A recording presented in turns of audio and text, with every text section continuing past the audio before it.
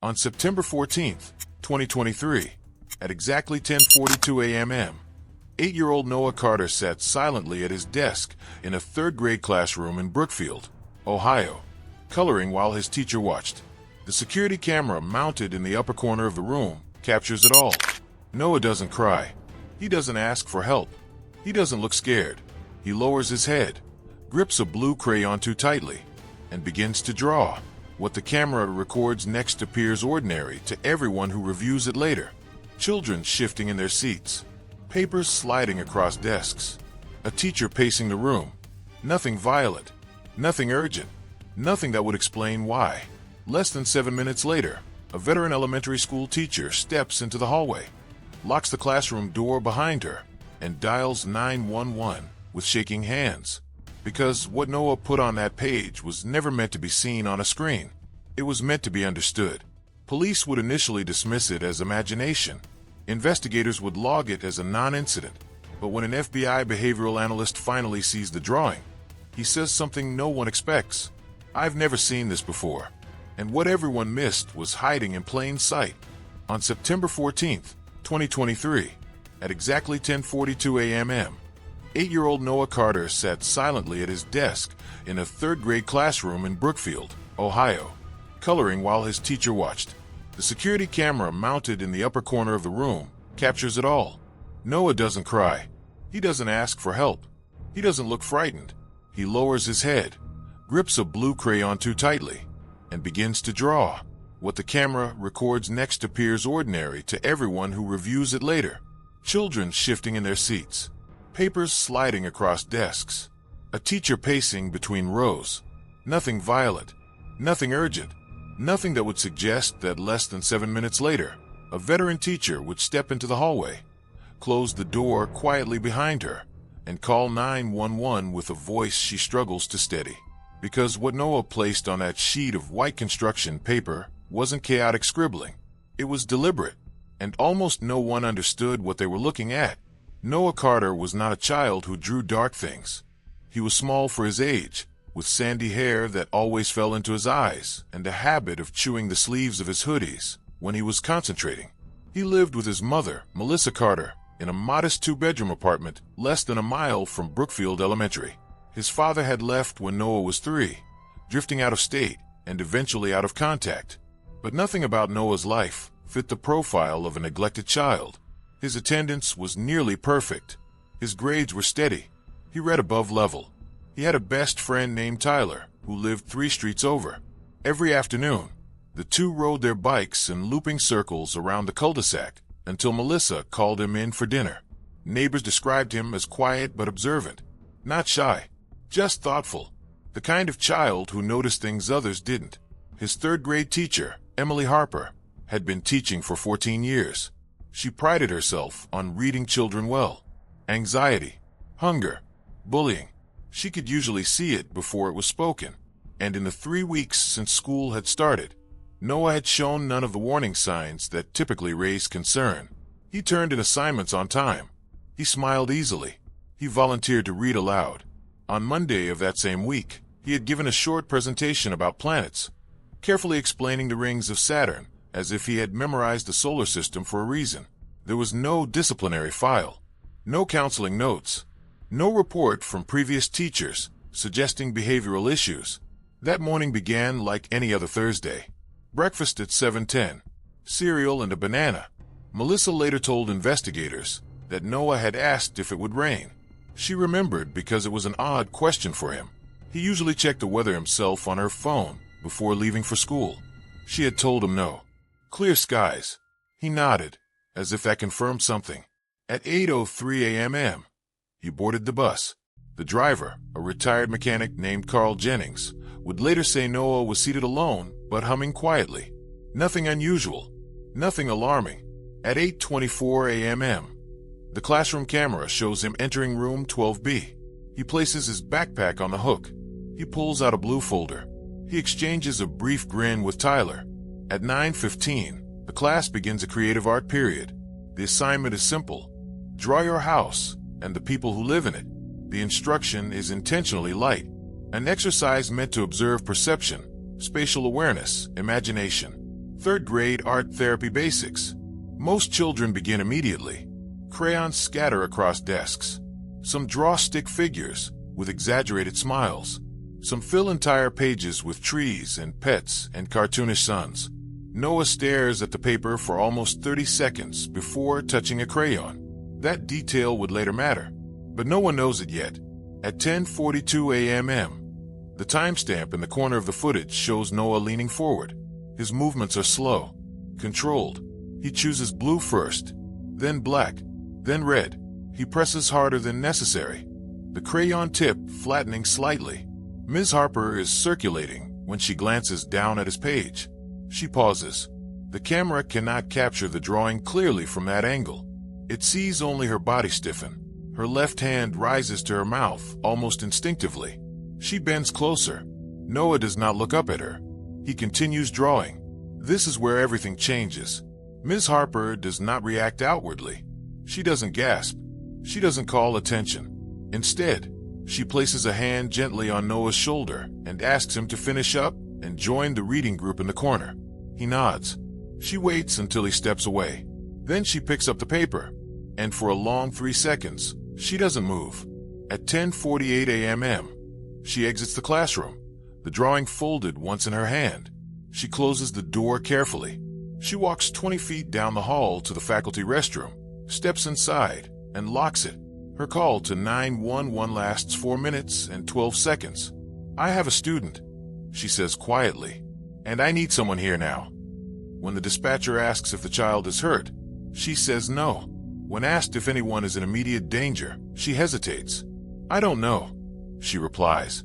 What she saw on that page is not released publicly that day. It won't be for weeks.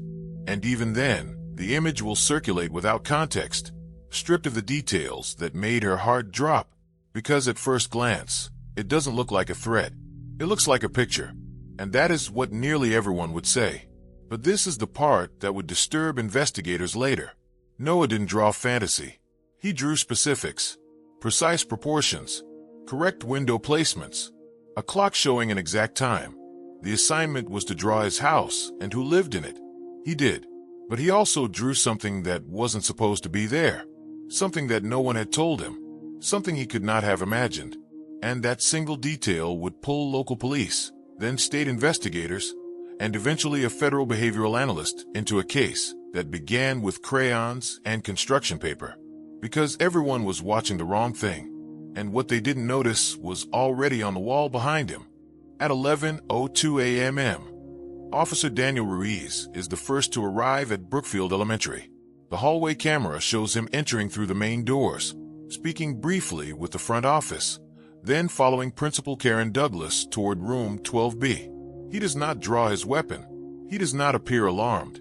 At that point, dispatch has categorized the call as a welfare concern involving a student drawing.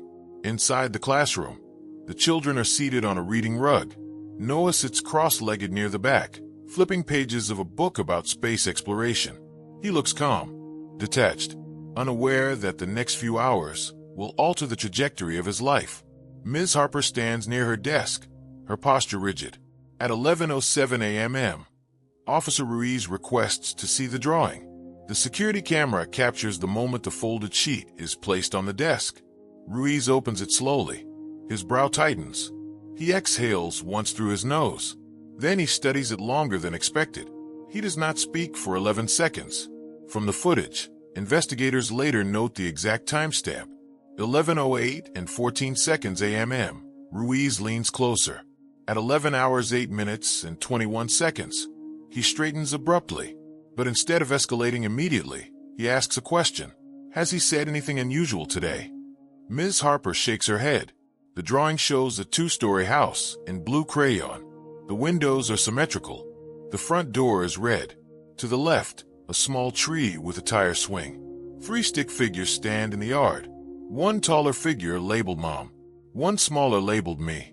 And a 3rd figure standing near the edge of the driveway. That 3rd figure is shaded entirely in black. Above the house, in red, is a digital clock drawn into the sky. 9:17. Behind the black figure, faint lines suggest something long in his hand. The object is not detailed, but it is deliberate. And next to the driveway, a rectangle that resembles a vehicle, also colored black. But this is where the timeline becomes critical. At 11:15 a.m., Officer Ruiz escorts Noah to the counselor's office. The hallway camera shows the child walking calmly, hands at his sides. No resistance, no visible distress. Inside the counselor's room, audio is not recorded, but notes later reveal Ruiz asks Noah who the third person in the drawing is. Noah answers without hesitation. That's the man who comes when it rains. Ruiz asks if he knows the man's name. Noah says no. He says the man stands by the driveway and watches the house. And then he adds something investigators would initially dismiss. He comes at 9:17. That is when the focus narrows. Because according to Melissa Carter, there has never been a man in the driveway. No stalking reports. No suspicious vehicles. No prior calls to police. At 11:42 a.m., Melissa arrives at the school. She appears confused but cooperative. She confirms there is no one else living in the home. No boyfriend. No relatives. No maintenance workers with routine access. The responding officers canvassed the immediate neighborhood that afternoon. No one recalls seeing a black vehicle parked regularly at 9:17. No one reports a man lingering near the Carter apartment complex. By 2:30 p.m., the working theory begins to form. Imagination, perhaps anxiety, perhaps exposure to media. A child inventing a figure as part of creative storytelling. At 3:12 p.m., a second patrol unit reviews the school's internal cameras from previous mornings. They fast forward through 3 weeks of arrival footage. Nothing unusual. No black sedan waiting outside the building. No unidentified man approaching the child. By early evening, the case is documented as a precautionary welfare check. But this is where investigators make their first mistake. They focus entirely on the figure. They overlook the time. The following day, a detective from the Brookfield Police Department visits the Carter residence. The apartment is modest but orderly. Toys in the living room. Dishes drying on the rack. No visible signs of forced entry or surveillance equipment. At 9:17 a.m., Detective Hall positions himself across the street. Nothing happens. At 9:18, nothing. At 9:20, still nothing. He concludes the drawing represents fear rather than fact. The report is filed. The case begins to fade.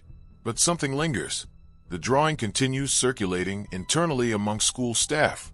One teacher remarks that the proportions of the house are unusually accurate. Another notes that the clock digits are carefully formed, not scribbled. Still, no crime has occurred. No suspect has been identified. No evidence of trespassing exists. Within a week, Child Services conducts a routine interview and closes their inquiry. There is no indication of abuse, no neglect, no credible threat. Life begins to normalize until October 3rd. At 9:23 a.m., 4 patrol units respond to a call 3 blocks from the Carter apartment. A woman reports a suspicious vehicle idling near a playground. Officers arrive to find a black sedan pulling away. The driver is not apprehended. The vehicle description matches the shape in Noah's drawing. But this information is not immediately connected. The officer filing the playground report does not cross-reference it with a child's artwork from 3 weeks earlier. And this is where tunnel vision takes hold. Investigators remain convinced that the drawing originated internally, from imagination, not observation. Meanwhile, Ms. Harper cannot let it go. She replays the classroom footage repeatedly. She slows the timestamp to 10:42. She watches Noah's hand movements. She studies the way he pauses before writing 9:17 in red. There is no hesitation in the numbers. They are precise. On October 11th, she emails the police department requesting a follow-up. The response is polite but firm. Without corroborating evidence, there is nothing actionable. Weeks pass. Then the case shifts unexpectedly. On November 2nd, a neighboring town reports an attempted break-in at 9:18 a.m. The suspect flees in a dark sedan. Witnesses describe a man standing in driveways during light rainstorms in prior weeks. For the first time, someone considers that the drawing may not be symbolic. But by then, critical surveillance footage from surrounding areas has already been overwritten. And this is the consequence of looking at a picture and seeing only imagination. Noah's drawing is archived. The playground incident remains unsolved. The attempted break-in investigation stalls due to insufficient evidence. And the man, if he exists, remains unidentified. Months later, when the file reaches a federal behavioral analyst for unrelated pattern review, the response is immediate and unexpected. He studies the image in silence. Then he says quietly, "I've never seen this before." Not because it is violent, not because it is artistic, but because of one detail that everyone else ignored. A detail hiding in plain sight. A detail that does not belong to a child's imagination. And that single detail will force investigators to reopen everything. In February of 2024, the drawing reaches the Behavioral Analysis Unit of the FBI as part of a regional pattern review involving daytime residential surveillance incidents across northeastern Ohio and western Pennsylvania. The analyst assigned to the file is Special Agent Mark Delaney, a 22-year veteran specializing in pre-incident behavioral indicators. He is not called in because of the drawing alone. He is reviewing a cluster of reports involving vehicles idling near homes in late morning hours, typically during light rainfall. When Delaney opens the scanned image of Noah Carter's artwork, he does not react immediately. He studies it, silently. Then he asks for the original file, not the scan. When the physical drawing arrives 2 days later, he places it under a document camera and enlarges it on screen. This is where everything changes. He is not focused on the black figure. He is not focused on the object in the figure's hand. He is not focused on the car. He is looking at the clock. 9:17, but not the time itself. The placement. The child did not draw the clock randomly in the sky, like a floating sun. He positioned it above the left corner of the house. At an angle, Delaney requests a photograph of the Carter residence. When it appears on screen, he zooms in on the front facade. Above the left corner of the house sits a small external digital thermostat display installed by the apartment complex the previous spring. It is mounted near the gutter line and displays exterior temperature and time in bright red LED digits. It is visible from the driveway, but only from a specific angle. The same angle drawn in the picture. Everyone was watching the wrong thing. Investigators assumed the clock represented imagination, but Noah did not draw a generic clock. He replicated the exact positioning of a real digital display mounted on his building, including the rectangular casing around it, including the placement relative to the roofline, and most importantly, including the exact time it shows each morning when the bus arrives. 9:17 is when the display resets after its internal calibration cycle, a detail only visible to someone standing in the driveway. This single detail rewrites the entire case. Delaney immediately contacts Brookfield Police and requests environmental verification. Officers return to the Carter residence. They stand in the driveway at 9:17 a.m. The red LED display flickers briefly before stabilizing. At 9:17, exactly as drawn, the thermostat is mounted high enough that Noah cannot see it clearly from inside the house. It is not visible from his bedroom window. It cannot be observed from the kitchen table. It is visible from the driveway, from the street, from the position where the black figure stands in the drawing. And this is why Delaney says what he says. "I've never seen this before." Because children fabricate monsters. They invent shadows, but they do not typically reconstruct precise environmental vantage points from locations they do not occupy. This is not imagination. This is perspective. The drawing does not show what Noah sees. It shows what someone else sees. Delaney proposes a new theory. Noah is not drawing a man watching the house. He is drawing the house as seen from the man's position. The black figure is not simply a threat. It is a placeholder, a representation of presence.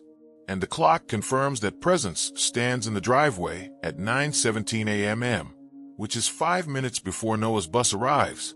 Every weekday, for at least 3 weeks, investigators pull archived traffic camera footage from an intersection 2 blocks away that had not been previously examined in detail. Although most residential footage has been overwritten, municipal traffic cameras retain limited still captures during morning congestion cycles. On September 12th at 9:16 a.m., a dark sedan is visible turning onto Maple Ridge Drive. On September 14th at 9:18 a.m., The same vehicle appears exiting the neighborhood. License plate enhancement yields partial numbers. Cross-referencing with prior reports, including the playground incident and the attempted break-in in the neighboring town, narrows the pool to a registered vehicle belonging to a man named Leonard Briggs, age 43. Briggs has no violent felony history.